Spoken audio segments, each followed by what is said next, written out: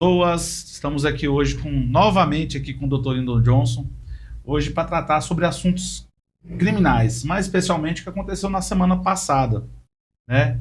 E que está noticiado aqui em letras garrafais aqui no G1, Minas Gerais, gari morto por empresário durante coleta do lixo, né?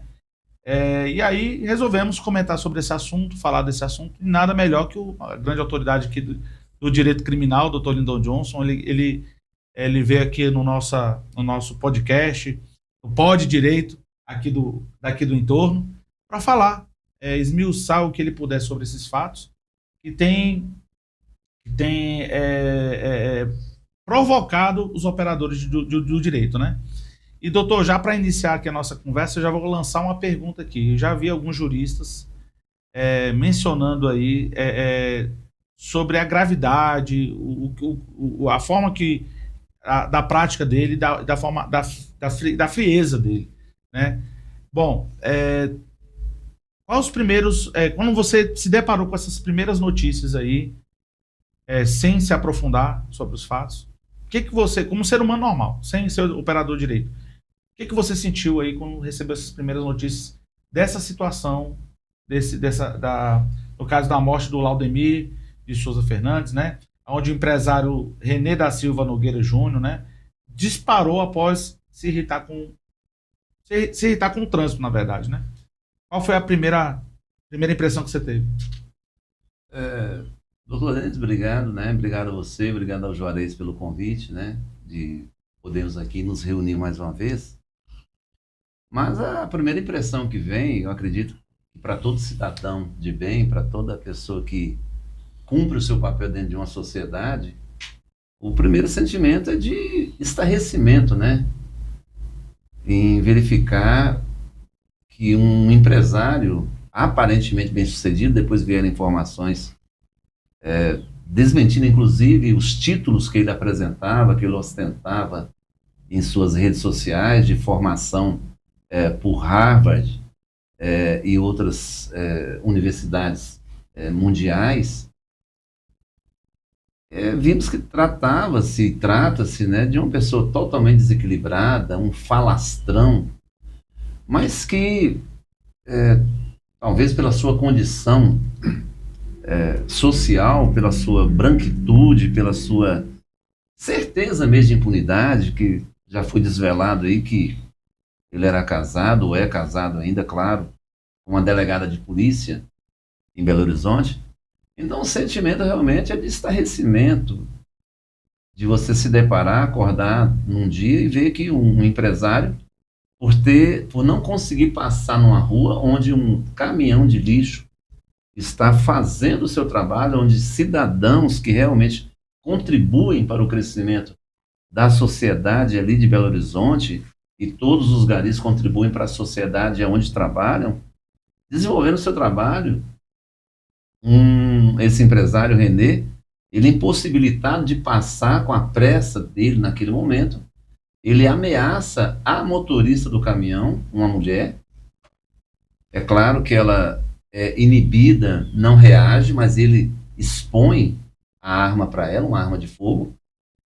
E o Laudemir, com os colegas, se sentindo ali solidários, né? A colega de trabalho, a motorista, repelem aquele gesto absurdo, truculento do empresário, e com isso ele é alvejado, é baleado no abdômen.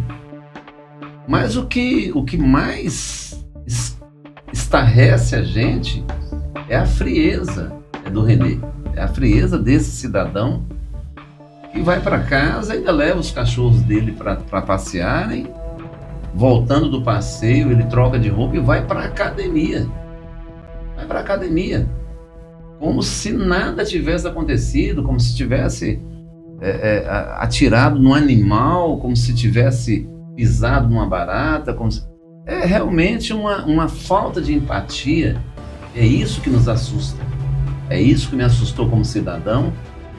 E é isso que deve realmente fazer com que a sociedade, Dr. Denis, reflita, porque a banalização do mal e essa expressão foi cunhada por uma filósofa, né, Hannah Arendt, que acompanhou o julgamento lá de Nuremberg, né, dos algozes, dos carrascos da Segunda Guerra Mundial, dos carrascos nazistas, e ela falou que realmente eles narravam as maldades cometidas pelo regime nazista naquele período, de câmaras de gás, de execuções sumárias, de uma forma tão natural, de uma forma tão banal, e ela vem então cunha essa expressão de banalização do mal.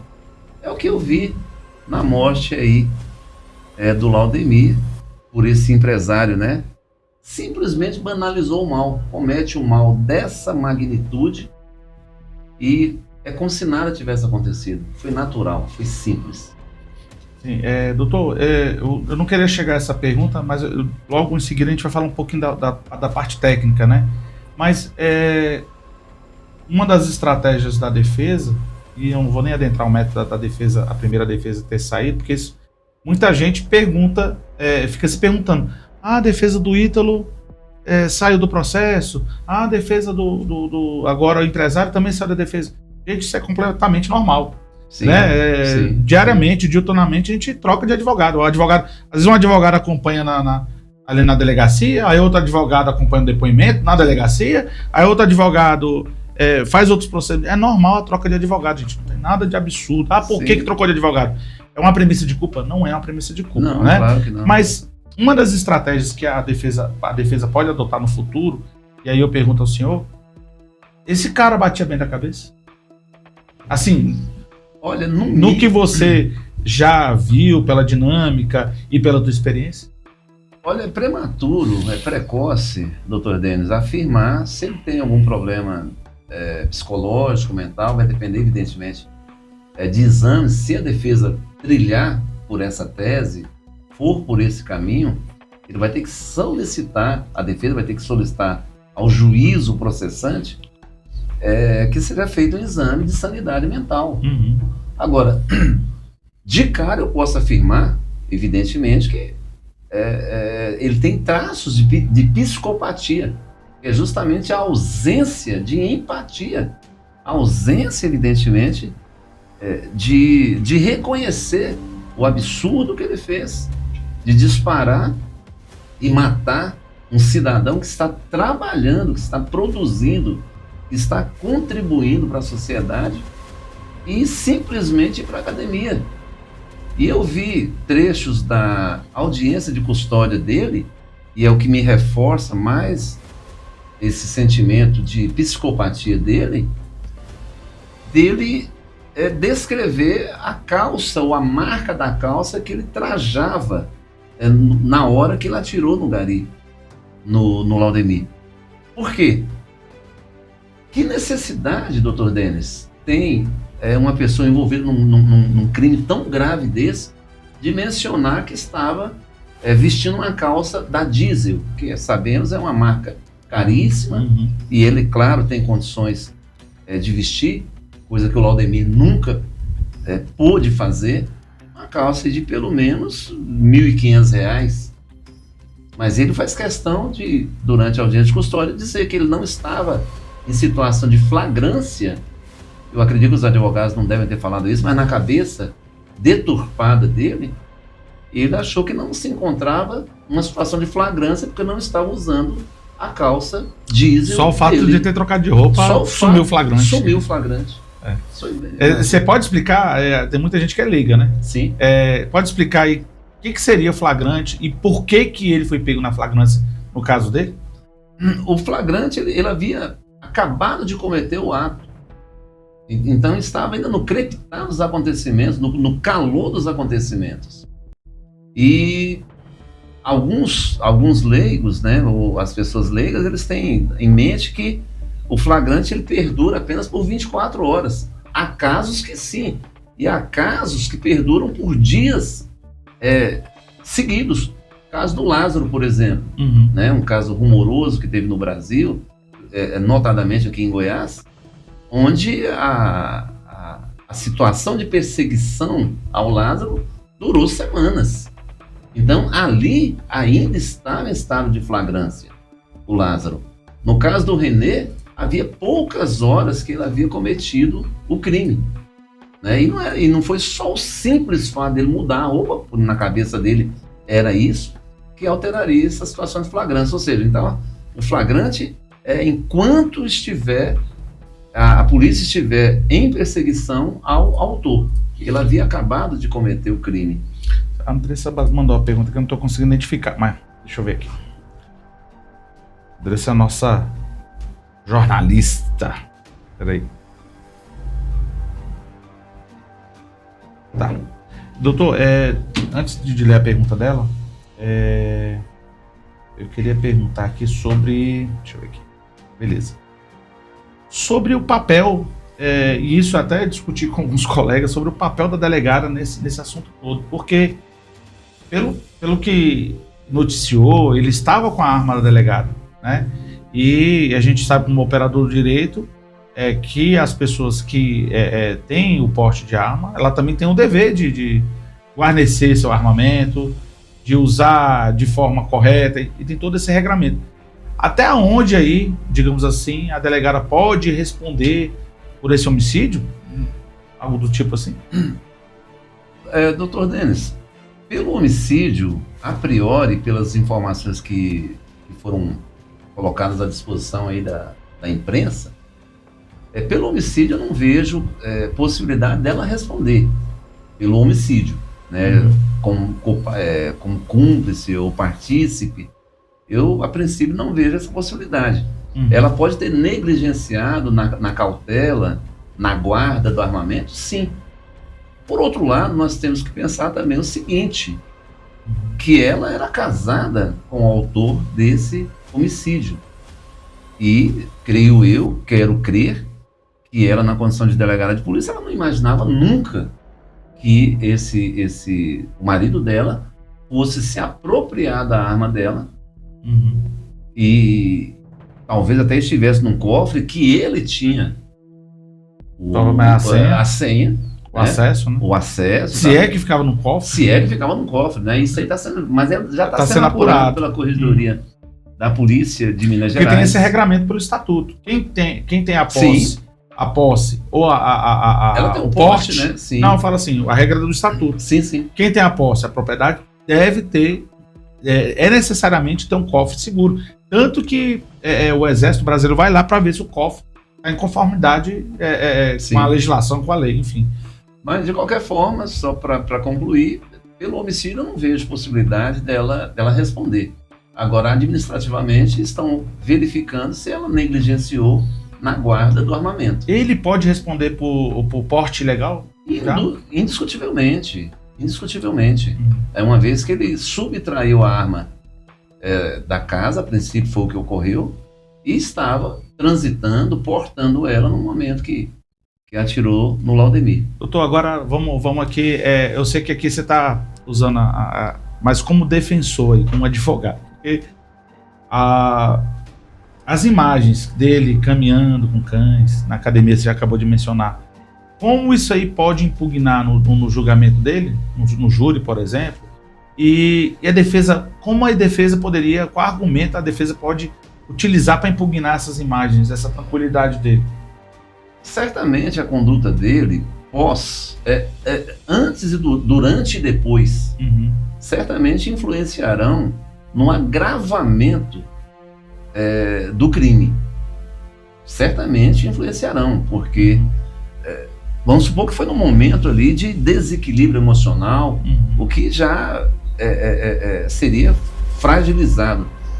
Ele sendo casado com o delegado de polícia, a primeira coisa que ele tinha que fazer era ter se apresentado na delegacia de polícia. Então tudo o que ele fez só agravou mais a situação dele. Eu, na condição de criminalista, talvez uma das teses a ser adotada seria realmente provar que ele tem algum distúrbio psicológico, psiquiátrico, que pudesse, naquele momento, ter acometido ele de um surto psicológico e assim por diante. Porque não há o que se falar em legítima defesa, não há o que se falar em provocação, em homicídio privilegiado. Então eu não vejo realmente os defensores dele estão obrigados, claro, a defendê-lo, e todo cidadão tem esse direito, né, o devido processo legal, ao amplo direito de defesa, ao contraditório, né, coisa que o Laudemir não teve. Então os advogados dele tentarão fazer o possível, mas a princípio eu não vejo qualquer tese que pudesse ajudá-lo, com exceção de arguir aí a sanidade mental dele. Bom, doutor, também está muito em voga essa questão da prisão, né? A gente teve a questão do Ítalo aí, do Ítalo que foi preso porque após a denúncia do Felca, semanas depois ele foi preso. Sim. E até para a gente fazer uma distinção, né, sobre a prisão do Ítalo e o marido dele e a prisão do empresário. Do René. São institutos diferentes. Eu e você sabemos. Mas você pode explicar por que o Ítalo foi preso e por que o empresário nessa situação foi preso? Você pode distinguir isso aí? Como eu já falei anteriormente... Só para lembrar também que tem críticas de advogados, de juristas, com relação à celeridade da prisão do Ítalo. Que semanas depois teve denúncias, teve representações, teve várias situações que o Estado... Sim. Já existia... Né? Como eu mencionei antes em relação ao René, ele estava em situação de flagrância. Uhum. Era indiscutível ali a prisão dele naqueles momentos ou nas próximas horas. Mas o flagrante, na audiência de custódia, ela foi convertida em preventiva, não é isso? Sim. Foi preso em flagrante e o juiz, em razão da gravidade do caso e da vida pregressa mesmo do René, que já havia atropelado pessoas, crimes contra a mulher, né? Crimes de Maria da Penha. E o que chama a atenção também, quando menciona aí crimes da Maria da Penha, é que a mulher dele ocupa a delegacia justamente delegacia da Maria da Penha, de crimes contra a mulher. E escreveu, inclusive, livro sobre violência doméstica. E ela é casada com um abusador doméstico. Então, é uma contradição terrível. Então, mas a prisão, ele preso em flagrante, o delegado converte o flagrante em prisão preventiva em razão da gravidade do crime, em razão da falta de empatia dele e da possibilidade dele, inclusive, de sumir ou de adulterar provas. Sumir com a arma e assim por diante. Então, presentes ali os requisitos do artigo 312 e seguintes do Código de Processo Penal, o juiz acertadamente, após colher o parecer do Ministério Público, pugnou então pela conversão do flagrante em prisão preventiva. Mais do que acertado. Em relação ao Ítalo, a prisão do Ítalo e do seu esposo, do seu marido, após a denúncia, não, após o vídeo, né? Né? Após o vídeo do Felca, né? Desse influencer, eu entendo o seguinte, que apesar já existia um inquérito policial em andamento, apurando os fatos, mas o delegado de polícia e o Ministério Público entenderam que ele estaria em rota de fuga. Ele mora em Recife, onde teriam ocorrido os fatos criminosos, né, apontados no inquérito, mas ele foi preso em São Paulo. E pela quantidade de dinheiro, pelas condições em que ele foi preso, estaria na iminência de empreender nova fuga. Ele já tinha saído de Recife. Os advogados, claro, alegam que ele estava de férias e não fugiria. Mas a prisão dele ocorreu em razão disso. Se fosse pela contemporaneidade, não caberia a prisão, uma vez que ele era alvo de apuração no inquérito policial e não tinha chegado a termo. O vídeo do Felca, ele apenas escancarou melhor para o Brasil como que se dava aquela adultização. E realmente chocou bastante, porque às vezes você, sem noção do que é uma adultização, e eu confesso, eu próprio não estava familiarizado com esse termo, você expõe ali, às vezes, crianças numa dança aparentemente singela, simples, mas que outras pessoas, né, criminosos, pedófilos, vão se valer daquelas cenas para, evidentemente, divulgar para outros pedófilos aquela cena aparentemente filmada, feita com inocência. Não é o caso, evidentemente, das imagens produzidas pelo Ítalo, que realmente você vê ali adolescentes em cenas largamente divulgadas de erotização. Então é você realmente, quando o Felca explica isso, e agora forçou até a Câmara dos Deputados, por meio do seu presidente Hugo Mota, a pautar a votação desse projeto de lei, coisa que estava parada há muitos e muitos anos na Câmara dos Deputados. Então você vê que é você tirar a criança da condição de criança e colocá-la numa situação erótica de adulta. Então eu considero acertada também a prisão do Ítalo, em razão da desconfiança da autoridade policial e do Ministério Público de que ele estaria fugindo. Então a prisão preventiva ela pode ser decretada quando há esses indícios, né, de você fugir, né, se evadir do distrito da culpa e de estar destruindo provas. E uma van do Ítalo foi flagrada pouco antes da polícia chegar, onde ele tirou absolutamente todos os computadores, todos os documentos, absolutamente tudo que pudesse ser utilizado pela justiça para demonstrar os crimes que ele, em tese, perpetrava. Ele errou, o Ítalo errou, é um direito dele, evidentemente, não produzir provas contra ele. Sim. E, claro, é um direito também previsto no Código de Processo Penal da autoridade policial pugnar pela prisão preventiva, vendo que ele está dilapidando provas que poderiam corroborar a culpa dele. No caso do empresário aí, doutor, visivelmente, como a gente já sabe, o senhor sabemos, mas a grande maioria não sabe, acho que sabe, né? Enfim, o caso do empresário vai à júri popular. Indiscutivelmente. Né? Nesse caso, toda essa... E aí a gente vê qual o papel da mídia, onde é que a mídia pode até ir. Você acha que vai ter influência lá quando for a júri? Vai ter essa influência da mídia junto aos jurados, por exemplo, ao julgamento do processo? Olha, a fim de prejudicar, não de prejudicar, mas assim, de prejudicar o próprio empresário com relação ao aumento de pena, enfim. Ou tem uma injustiça aí nessa situação? A imprensa, o papel da imprensa é louvável em todos os sentidos. Mas é claro que poderá, sem dúvida nenhuma, influenciar num futuro julgamento, num futuro júri a que ele será submetido.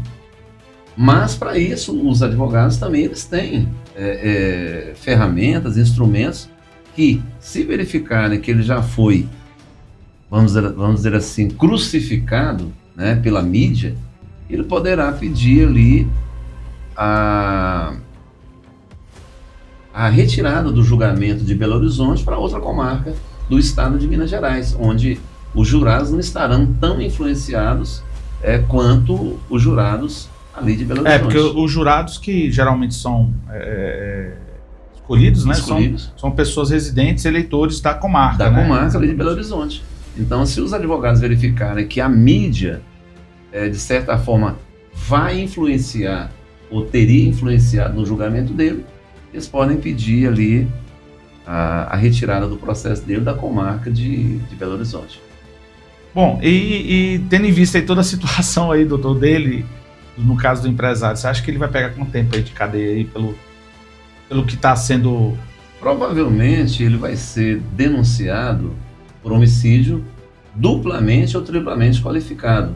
Motivo torpe, que foi o fato dele não conseguir passar pela rua, o caminhão estar trabalhando, os garis estarem trabalhando, e uma discussão fútil, torpe. Então, inciso 1, artigo 121, parágrafo 2º, inciso 1. E o inciso 4º, que seria o meio que dificultou a defesa da vítima. Isso, o promotor que vai oferecer a denúncia poderá, além dessas qualificadoras, incluir outras. Né? E a pena vai variar de 12 a 30 anos. Normalmente, um caso desse vai girar ali em torno de 20 anos de prisão. uma vez que começa com 12 anos. É lógico que a gente sabe que cada comarca tem o seu trâmite de processo e tal, mas a gente tem observado que no Brasil as coisas têm sido mais céleres. Sim. Você acha que ele vai a júri em quanto tempo? E sabendo que a defesa vai tentar protelar isso o máximo que puder. Olha, se fosse o advogado dele, eu não protelaria, porque preso já está. O juiz é obrigado a analisar a validade da prisão preventiva de 3 em 3 meses. Eu acredito aí que num prazo de até 6 meses ele já tenha sido julgado. Num primeiro grau, né? Em primeira instância. Eu digo primeira instância, numa primeira parte, porque... Não. Ido a júri popular. Ir para júri popular. Ido a júri popular. Feita, explicando para quem não sabe, sim. Né? Porque o júri popular ele é dividido em 2 partes. Tem uma parte de conhecimento. Serão 3 partes. 3 partes. Explica, por favor, doutor. 3 partes. É a prisão que ocorreu, então tem um inquérito policial. Isso. O delegado ele vai ter 30 dias para concluir, uma vez que ele se encontra preso, né? E é ofertada a denúncia, então, primeira parte, delegacia. Segunda parte, que é a oitiva das testemunhas perante um juiz concursado, togado. Feita a sentença de pronúncia, se fosse eu advogando para ele, eu não recorreria da sentença de pronúncia. Eu já enfrentaria o júri. Se, evidentemente, os advogados recorrerem da sentença de pronúncia, poderá delongar um pouco mais, porque vai para o Tribunal de Justiça de Belo Horizonte, uma segunda instância, onde desembargadores analisarão o afastamento de alguma qualificadora, porventura lançada na denúncia, e analisarão se ele deve ir ou não a júri popular, adiantando que, na esmagadora maioria dos casos, as qualificadoras são mantidas e a pronúncia também é mantida na íntegra, porque quem deve julgar são os jurados e não os desembargadores. A nossa jornalista que mandou a pergunta, Andressa Almeida, mandou a pergunta que ele confessou, né? Sim. E a gente tem alguns princípios que mesmo com a confissão tem que ter o devido processo legal, né, doutor? Claro, indiscutivelmente. Então, explica mais ou menos aí... acho que eu não vou muito... A confissão... Isso, por favor. Se essa for, talvez, a dúvida da nossa jornalista, a confissão vai apenas atenuar. Isso. Vai apenas atenuar a pena a ser aplicada. Mas... Atenuar em quanto tempo, vamos supor, doutor? Assim, 6 meses. Beneficia muito? Em torno de 6 meses, 1 ano. E o juiz pode compensar com alguma qualificadora, né? Então, realmente, a dosimetria da pena, eu acredito que assim no total vai variar realmente aí entre 15 anos e 18 anos. Doutor, pela experiência que a gente tem, deve ser aplicado. É claro que está na caneta do juiz, o juiz é que vai dosar a pena e é difícil você afirmar. Varia de 12 a 30. Ele não tem antecedentes, né, doutor? Parece que ele tem alguma passagem, mas não é antecedentes. Eu acredito que as passagens que ele tem não vai torná-lo reincidente. Isso, exatamente. Porque onde que aumentaria as penas. É, né? Onde aumentaria as penas. São processos antigos, de 2012, 2013, alguma coisa assim. Isso não aumentaria a pena. Não. Existe algum perigo, doutor, de se prescrever? Por exemplo? Difícil, né? Difícil, muito difícil. Porque no Brasil acontecia isso, né? O caso do Edmundo, né? Eu não sei se o senhor recorda o jogador de futebol. Sim, ele atropelou algumas pessoas. Mas ali a pena era... Ele não foi a júri, não ia ser denunciado. Porque foi crime de trânsito. Foi um crime de trânsito. É diferente, então, é um pouco diferente. A pena era eu não lembro se a denúncia foi porque existe... homicídio culposo. Porque se foi pelo trânsito, né, ou se foi pelo Código Penal, porque tem essa diferença. Eu acredito que tenha sido norteado pelo Código de Trânsito, por isso que a prescrição alcançou o Edmundo.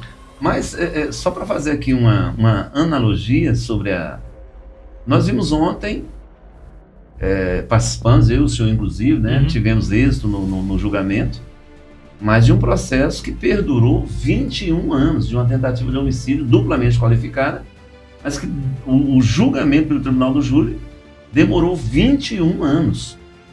Isso é absolutamente inconcebível. Mostramos essa absurdidade ontem no Tribunal do Júri e tivemos a felicidade de ver o acusado, o pronunciado, ser absolvido. Isso não aconteceria nunca no caso aqui do René, no caso aqui do Laudemir. Esse deve ser julgado rapidamente, né? Acredito eu, realmente, mais tardar um ano aí já terá o desfecho disso com condenação. A família, além desse processo criminal... Só não seria condenado se provar, evidentemente, que tem um problema mental. Comportamental já vimos que tem. Agora, se provar por meio de laudos que tem um problema mental, ele o pessoal leigo, né, doutor, faz essa confusão, né? Acha que é uma estratégia de defesa, e não é. A gente argumenta, a defesa argumenta que a pessoa não tem problema psicológico. É feito um estudo, inclusive acho que é um processo à parte, né, doutor? É um processo à parte. É um processo à parte. Perícia, suspende o processo criminal, ele para, e aí abre um outro processo que ali vai ser eleito um especialista pelo juiz. Indicado até com assistência pela defesa. Os advogados, tanto da defesa e do Ministério Público, podem nomear assistentes técnicos, e lá ao final o juiz decide de acordo com os laudos. Então muita gente pensa, não, foi uma estratégia de defesa, ele saiu fora e vai ficar internado no manicômio. Não é isso. Não é isso. Mas, né? Doutor, a própria conduta dele, na minha modestíssima opinião... E o senhor não é psicólogo? Não sou psicólogo, mas eu ouso falar que não vai dar em nada dele ser insano. Porque, ele, na verdade, ele foi calculista. Exatamente. E isso aí demonstra uma sociopatia que não levaria ele a se livrar do tribunal do júri, a ser considerado... Até me fugiu o termo aqui, a pessoa quando é considerada louca, né, insana, insano, sim. Né? Mas não é o caso dele. Inimputável. Inimputável. Ele não vai ser considerado inimputável nunca. Porque, na verdade, ele agiu de forma absolutamente calculada. Ele foi para casa, ele levou os cachorros para passearem, é como se nada tivesse acontecido. Vizinhos que viram, talvez a ideia dele fosse isso. Não, eu fui visto passeando com meus cachorros. Ele querendo armar um álibi. Ele querendo forjar um álibi. Terminou o passeio dele, que ele devia estar acostumado a todos os dias fazer aquilo. Terminou o passeio com os cachorros dele, ele então vai para a academia. Então isso é realmente, se os advogados dele forem alegar a inimputabilidade dele, eu acho que o promotor vai dizer que é o contrário, ele agiu de forma pré-ordenada, de forma realmente a forjar um álibi, né? Então... Bom, doutor, deixa eu ver se eu tenho mais alguma pergunta nos universitários ali. Eu acho que a gente exauriu as perguntas aqui. Sim, Juarez? Ah, tá. Peraí, vai lá. O caso de um cavalo que teve as patas mutiladas por um facão em Bananal, no interior de São Paulo, viralizou nas redes sociais e gerou uma corrente de solidariedade. O animal morreu após os maus tratos. O acusado foi chamado para depor, mas não foi preso. Porque casos assim não tem julgamento tão levado a sério, doutor. A pergunta é o seguinte. Aqui teve um crime no interior. Acho que o senhor entendeu que Entendi, pergunta. sim. Então, vamos lá. Olha, primeiro que são casos completamente... juridicamente falando, né? Os crimes imputados são bem diferentes, né? Isso. Maus tratos animais, o que deve ser repelido, sem dúvida nenhuma, e tem sido repelido com mais contumácia ultimamente, mas está longe, evidentemente, de um caso de tentativa de homicídio ou mesmo de homicídio. Claro que os dois crimes devem ser repelidos, mas dentro da sua proporção. Só para a gente comparar aqui, né, doutor? Os crimes de maus tratos, deixa eu ver aqui, podendo de 3 anos ou 5 anos no caso de cães e gatos, que houve até um aumento. Então, sim. Assim, e a pena de homicídio? De 12 a 30 anos. Quer dizer, o homicídio simples de 6 a 20. O homicídio qualificado, como o caso aqui do René, desse empresário, de 12 a 30. Então, só a gravidade do crime já leva, evidentemente, a uma atuação mais enérgica do Estado. É lamentável o que aconteceu com esse animal, é lamentável o que a gente vê acontecendo com outros animais, afinal, sim. Os tutores aí, eles estão despreparados, eles estão desequilibrados, e eu diria até um pouco, né, quando esses maus tratos com animais começam na infância é um sinal claro de psicopatia. Uhum. Eu não vi até hoje, com exceção rara de 1 ou 2, mas na esmagadora maioria dos casos, os psicopatas, os que foram presos com crimes horríveis, eles maltratavam animais quando crianças. Uhum. Vamos lá, outra pergunta. Como você enxerga a relação entre a mídia e julgamentos? A cobertura jornalística pode influenciar no resultado de um caso? Indiscutivelmente, pode influenciar, às vezes de forma positiva e às vezes de forma negativa. Um exemplo de forma negativa que a mídia acabou com os acusados foi o julgamento daqueles proprietários de uma escola, de uma creche no estado de São Paulo. Uhum. Eles foram defenestrados, execrados, e o delegado acompanhando essa discussão midiática acabou, evidentemente, acelerando o inquérito policial, não investigando como deveria investigar, e acabou indiciando eles por crimes gravíssimos. Isso tudo fomentado pela mídia, para chegarem ao final e descobrirem que não tinham cometido os crimes. Mas nisso, a escola já tinha sido queimada, eles já tinham acabado com a vida, com a reputação desses professores. Repercute até hoje, isso tem mais quase 20 anos esse ocorrido, mas repercute até hoje o papel da mídia. Então isso foi um papel negativo. Quando você fala mídia, os jornais. Mídia escrita, falada, né? Porque eu tenho observado, doutor, não só a mídia, eu vou defender, não é uma defesa, mas hoje a gente vê algumas instituições jornalísticas sérias, né? Ela toma cuidado de apurar os fatos antes. Mas eu diria que... Mas tem gente também que não apura. E o pior, tem pessoas que não são jornalistas, sim, claro, são pessoas que só querem causar o terror mesmo. E eu acho que esse que é o perigo. É o perigo das pessoas e que não apura fato, não apura nada, já sai falando em Facebook, em YouTube, enfim. Esse que é o seu grande perigo. Sim, mas eu diria que o marco divisor da imprensa responsável e da imprensa irresponsável, o marco divisor foi justamente o caso dessa creche em São Paulo.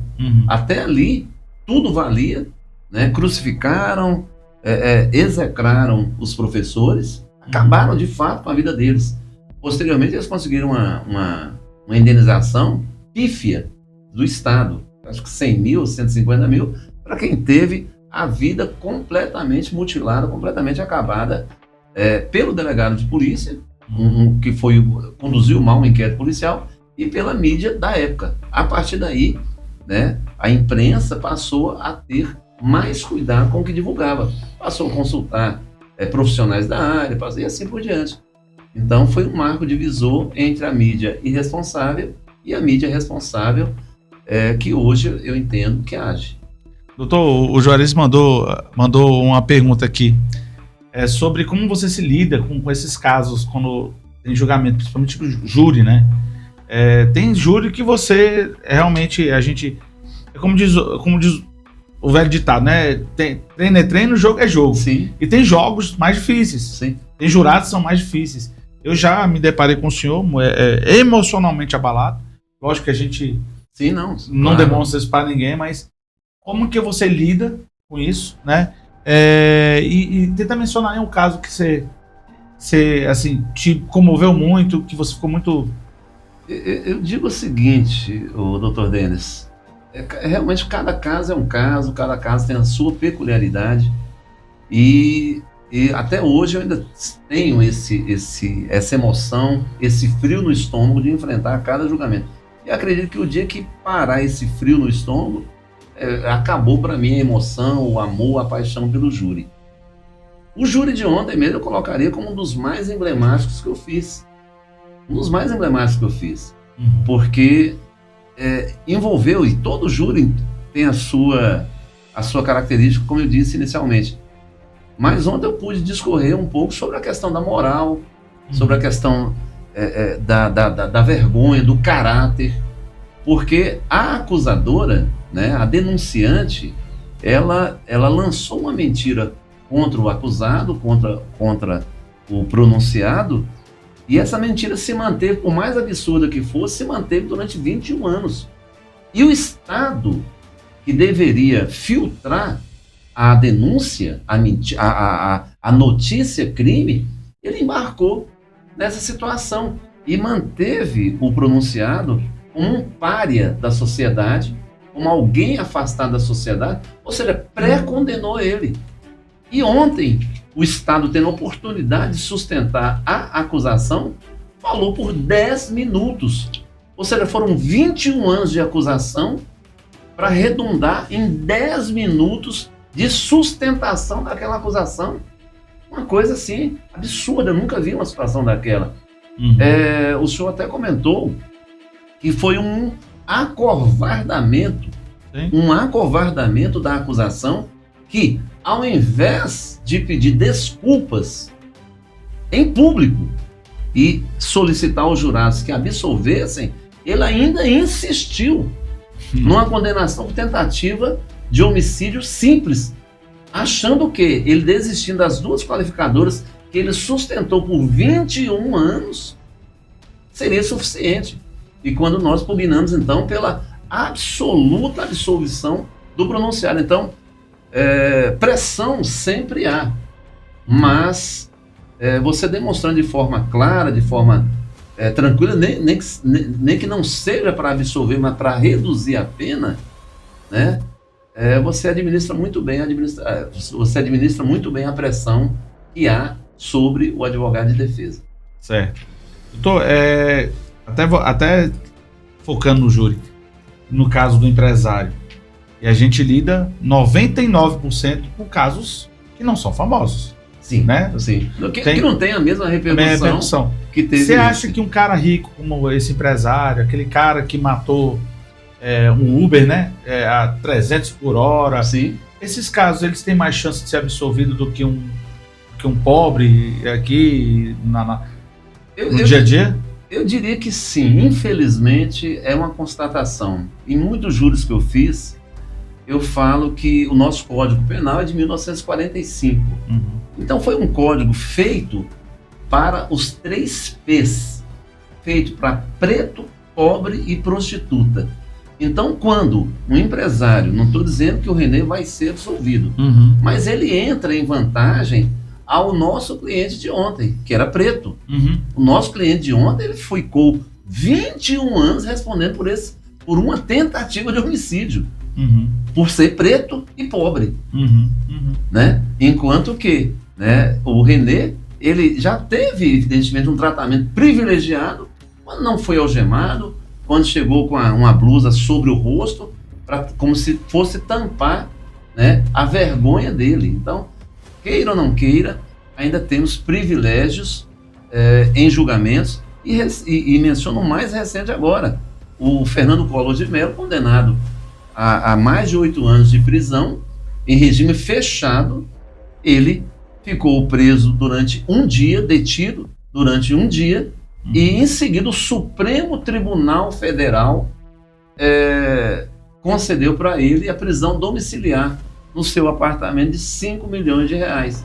Então, dizer que não há privilégio para branco e para rico seria uma hipocrisia da minha parte, né? O preto, o pobre, né?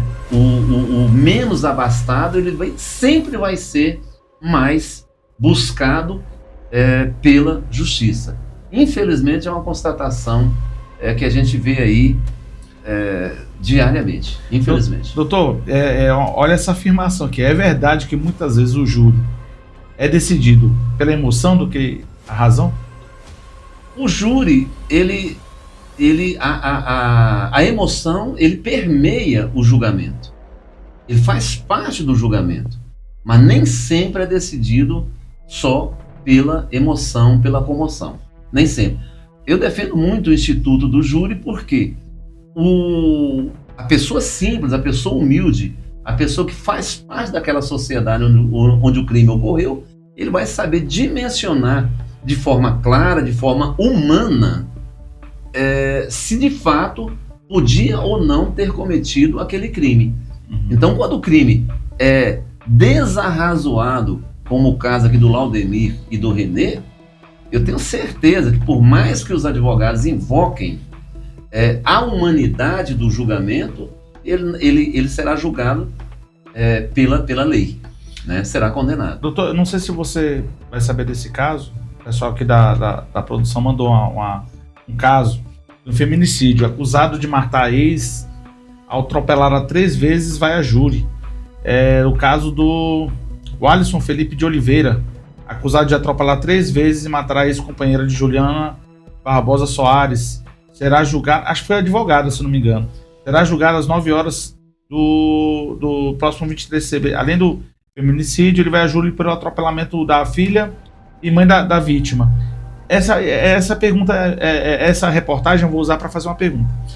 Quais crimes, todo crime de homicídio vai a júri? Todo crime contra a vida vai a júri. Crimes dolosos contra a vida. Crimes culposos, que é o caso acidente de trânsito, em que a vítima morre.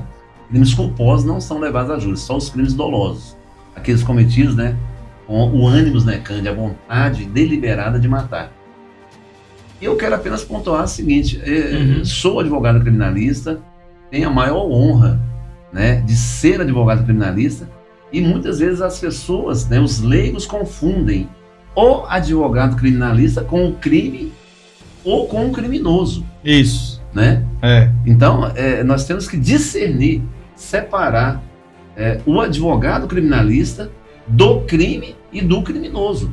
O advogado criminalista, quando promove uma defesa, ele está baseado em quê? No Código de Processo Penal, na Constituição Federal e não na romantização do crime e não na divulgação do crime, dizendo que o crime foi bonito ou não. Ele, por pior que seja o caso dessa moça aí, vítima desse feminicídio, horrível essa acusação, esse crime. Então o advogado, que se realmente for criminalista, ele não vai romantizar uma tragédia dessa. Ele vai buscar o quê? A aplicação do devido processo legal e da devida pena. Se o autor desse crime aí tiver possibilidade de redução de pena, o advogado vai apontar. E quem vai decidir, óbvio, é o juiz processante. E se decidir de forma contrária às provas dos autos, os desembargadores e ministros é que adequarão a pena. Mas nunca o advogado criminalista ele vai comungar, ele vai elogiar ou ele vai romantizar um crime brutal. É até importante você lembrar isso, né, doutor? Porque o papel da defesa, e a gente vê isso muito na prática, é de o julgamento ser pelo menos o que está previsto na lei. Sim. Né? Eu trago até o exemplo aqui, o crime da 113. 113, sim. Que os advogados conseguiram lá anular o júri. Né? E a gente até conversando sobre júri, o júri hoje tem esse papel, né?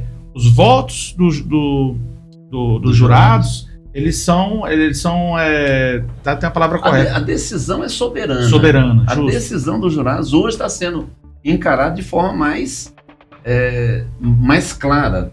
Hoje você pouco consegue, ou em poucos casos você consegue um novo júri. Normalmente são considerados válidos. Eu já fui muitas vezes criticado contundentemente por causas que eu atuei como advogado de defesa. Vou dar um exemplo aqui. Houve uma chacina em Lusiânia, onde uma mulher grávida de 4 ou 5 meses foi brutalmente esfaqueada, morta, teve o seu corpo queimado, os filhos dela foram mortos também, né, um menino de 7 ou 8 anos, e atentaram ainda contra a vida de uma criança de 2 anos. Eu advoguei para um dos acusados. Quase apanhei quando eu cheguei no tribunal do júri, quase apanhei. Mas fui chamado a esse júri pela própria juíza da causa, porque não tinha advogado para fazer a defesa do acusado. E a juíza, um dia, eu recebo um telefonema em meu escritório, feito pela hoje desembargadora, doutora Alice Teles de Menezes, perguntando se eu não faria a defesa daquele acusado. porque nenhum outro advogado havia aceitado a causa. E ela precisava julgar o caso. Ela precisava prestar jurisdicionalmente aquele caso. Né? Ela precisava dar um termo àquele caso. E eu, independentemente da gravidade, era um caso gravíssimo, como eu acabo de relatar aqui, aceitei. Aceitei dentro do que as provas permitiam, promovi a defesa. Eram 2 acusados. Eu defendi dizendo que ele não almejava aquele fim, aquela finalidade. Ficou nas mãos dos jurados decidirem ou não.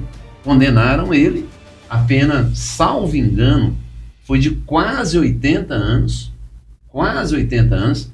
Eu até posteriormente comentei com um colega também, criminalista, que se eu dependesse do resultado daquele júri, eu tinha que ter fechado o escritório no dia seguinte. Né? Como é que você advoga para alguém que pega 80 anos de cadeia? Como é que você advoga alguém que pratica uma chacina dessa magnitude, dessa crueldade? Mas eu defendi ele não fazendo apologia ao crime. Eu defendi ele com base o quê? No devido processo legal, no contraditório e na ampla defesa. E os jurados deram a resposta necessária, condenando, e o juiz dosou a pena na forma que ele tinha como dosar. Até voltando aqui no caso da 113, está empatado em 1-1. O que o ministro lá sustentou, a defesa sustentou, e o ministro também, de um voto que ele falou, o acesso às provas, é porque a defesa estava reclamando de acesso às provas. Sim. Né? Acesso às provas pela defesa antes da apreciação do processo é condição para assegurar o contraditório e ampla defesa, permitindo a sua instrumentalização de forma eficaz. Doutor, então assim, por exemplo, isso é um dos vários exemplos que a defesa pode argumentar. Por exemplo, tem provas que você não teve acesso, não conseguiu analisar. Claro. Né? No caso, isso, lógico, isso é um argumento da defesa lá. Sim. No caso do Bolsonaro também. Estão reclamando que são tantas provas que a defesa não está tendo tempo hábil para analisar todas elas. Então, assim, é isso que a gente faz como defesa. O senhor podia comentar sobre isso? Olha, você mencionou 2 casos, né? Da 113 e do próprio julgamento do Bolsonaro, que inicia agora dia 2 de setembro. O que acontece? A defesa, se ela se sentir prejudicada na análise das provas carreadas para os autos, levadas para os autos, colocadas para julgar os acusados, ela pode pedir a dilação. Pode pedir a dilação do prazo. Uhum. Né? Eu sei que são milhares de documentos que compõem esse processo do ex-presidente Jair Bolsonaro. Então, se a defesa não teve tempo hábil para analisar as provas, que pedisse a dilação do prazo, eu tenho certeza que obteriam. Né? Senão, no caso da 103 poderiam também configurar cerceamento de defesa. No caso da 103, a mesma coisa. E mostra ainda aqui aquela situação da diferença do julgamento de um pobre com um rico. Da 113, já tem mais de 10 anos, salvo engano aí, eu não sei quanto tempo exato tem que ocorreu o crime da 113 Sul, onde o casal, o desembargador, o advogado lá, ex-conselheiro do Tribunal de Contas, foi assassinado, juntamente com sua mulher, com dezenas de facas, juntamente com a empregada doméstica. Doutor, chegaram aos autores que moravam em Novo Gama, moravam aqui na região que circunda o Distrito Federal. Esses foram julgados rapidamente, porque ou foram pela Defensoria Pública ou foram com advogados não renomados. A filha do casal, mentora dos homicídios, né, procurou um dos melhores escritórios de advocacia do Brasil, representado lá pelo doutor Cacai, né? E aí realmente já começa, aí você já vê o peso de um escritório pago devidamente, mas pago por milhões de reais. Milhões de reais. Então você vê que ela consegue segurar até hoje a situação, mesmo com decisões mansas e pacíficas do Superior Tribunal de Justiça, do Supremo Tribunal Federal, de que já deveria ter sido presa, ele ainda consegue segurar, né? Eu acredito que não vai segurar, mas conseguiu postergar por mais de 10 anos essa situação. Doutor, o crime foi 28 de agosto de 2009. 2009. Então tem mais... 2010, 16 anos. Doutor, para concluir ali a última pergunta, teve algum caso que a família atrapalhou o júri, ou que você conta aí pra gente? Eu tô tentando lembrar aqui. Conta daquele caso que você saiu fugir da cidade. Lembra? Não, mas aí a família não é família, né? Eu tô tentando lembrar aqui, a expressão me fugiu de fato aqui, doutor Denso, o desaforamento. Eu tive um caso aqui de Cidade Ocidental, o cliente meu, era um caso de homicídio, mas o cliente meu havia matado um traficante, um traficante famoso na época, e eu alegava até legítima defesa do acusado, que também era traficante, mas independentemente de ser traficante ou não, agiu em legítima defesa, agiu em razão da periculosidade da vítima. Você está entendendo, né?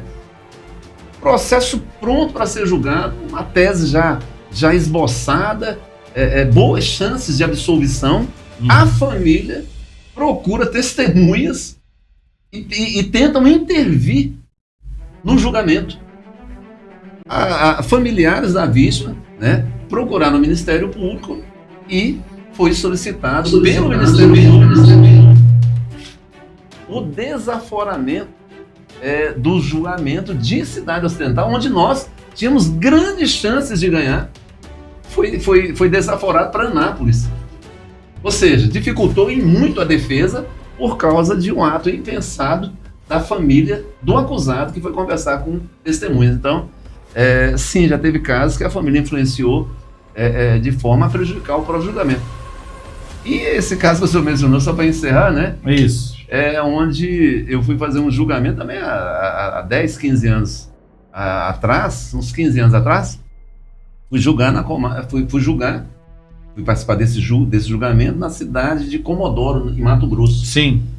E lá chegando, tinha o fórum tomado por faixas de assassino, queremos justiça, e ali estava claro que haveria a condenação em razão da comoção que o caso provocou na cidade. Sim. Né? Os jurados estão totalmente envolvidos por aquela situação e eu consigo demonstrar legítima defesa do acusado, e era o Ministério Público, uma promotora e mais um assistente de acusação. Consegui a absolvição do acusado. Então tive que pedir ao juiz para que lesse a sentença depois que nós partíssemos da cidade, depois que nós fôssemos embora. O juiz perguntou para a promotora se haveria condições e tal, a promotora concordou, assinamos os documentos e saímos fugidos da cidade. Porque o pessoal não sabe, mas na hora que o júri vai voltar, é em segredo, é só os advogados, né? Acusação, juiz e jurados. E ali se faz toda tá saindo áudio aqui, Juarez. Aí faz todo ali o trabalho, e aí que chama o público para ler a sentença, para publicar a sentença. Você saiu antes. Porque quando eu chego e vejo o fórum já tomado de cidadãos, com faixas, com camisetas, assassino, eu falei, aqui nós vamos ser linchados aqui. Né? E de fato, quando eu saí, eu me ausentei um pouco do tribunal do júri, tentaram agredir o acusado. Com a sustentação, com as provas que eu apresentei, consegui demonstrar que ele agiu em legítima defesa, foi absolvido. Assim, num julgamento inédito. Por quê? Porque tudo levava a crer que ele seria condenado. Mas já saí corrido de Comodoro, conseguimos chegar a Cáceres, né? Felizmente bem, né? sem agressões. E também no Maranhão, onde um pai havia matado o filho, também condenação absolutamente certa, e eu consigo então, com uma régua, mostrar que o ferimento infligido à vítima foi de 2,5 centímetros. 2,5 centímetros. Quer dizer, foi uma facada que infelizmente atingiu o coração da vítima, mas de uma profundidade de 2,5 centímetros. A faca de lâmina tinha 30 centímetros.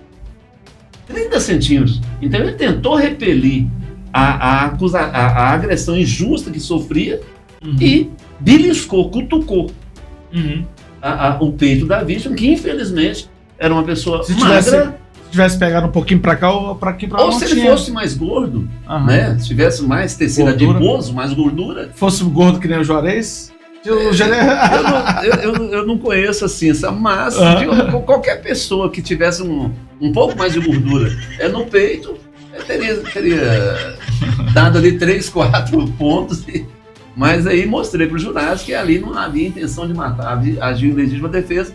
Quando é dado o veredito também, eu pedi, aliás, o Ministério Público, que tanto brigou para condenar, perguntou se eu queria ser escoltado até São Luís, até a capital.